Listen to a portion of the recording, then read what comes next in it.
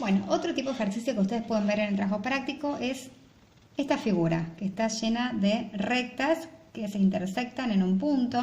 Por ejemplo, el punto de intersección es el punto O, pero esta recta contiene el punto F, al punto C, al punto A, al punto D, al punto B y al punto E. Ahora, si yo les pregunto, por ejemplo, que busquen en esta figura un ángulo agudo y me lo tienen que nombrar, ¿cómo van a hacer? Van a empezar a fijarse cuáles son aquellos ángulos que son menores que un recto, o sea, que miden menos que el ángulo recto de la escuadra. Por ejemplo, este que tiene el lado verde, el lado verde y el lado azul.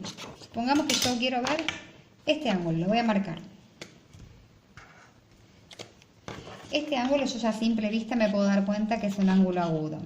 Ahora, ¿cómo lo voy a nombrar? Lo voy a nombrar así, el ángulo EOF o FOE. Vamos a escribirlo.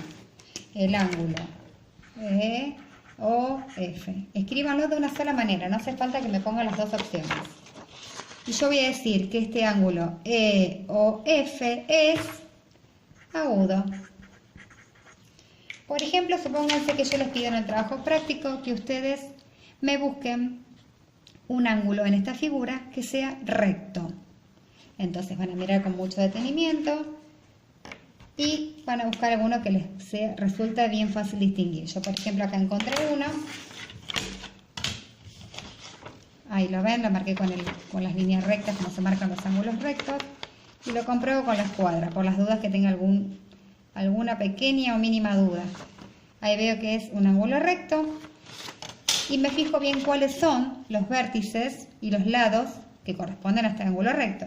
Es el lado A, punto O y C. Lo escribo para no olvidarme. Entonces digo que A, O y C es un ángulo recto. Ustedes van a ver este tipo de ejercicios que yo les voy a preguntar en el trabajo práctico.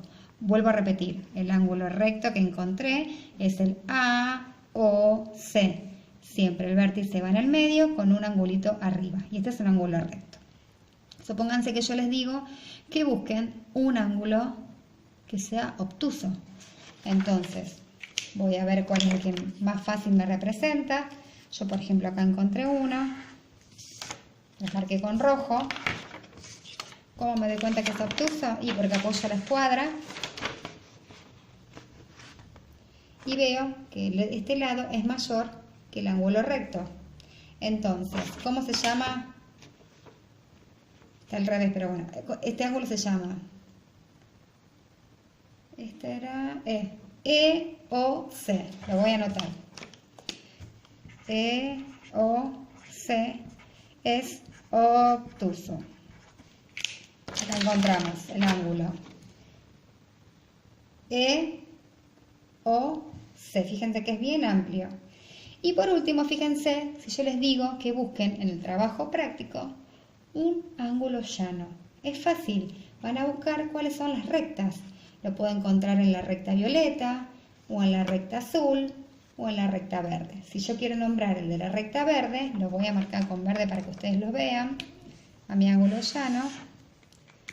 Y mi ángulo llano sería todo este, la recta verde. Se llamará EOB y lo tengo que escribir. EOB y es llano. EOB. Otro podría haber sido FOC, DOA y EOB, que es el que yo elegí. Esta es la forma de reconocer ángulos llanos. Y también podemos ver ángulos adyacentes, pero bueno, en este dibujo va a estar medio complicado porque hay muchas líneas. Pero supónganse, si este es la recta, puede ser que compartan este lado. Este sería un ángulo adyacente. El ángulo EOA es adyacente a AOB. Bueno, espero que puedan trabajar, que hayan entendido. Y cualquier consulta o duda, siempre vayan a la plataforma.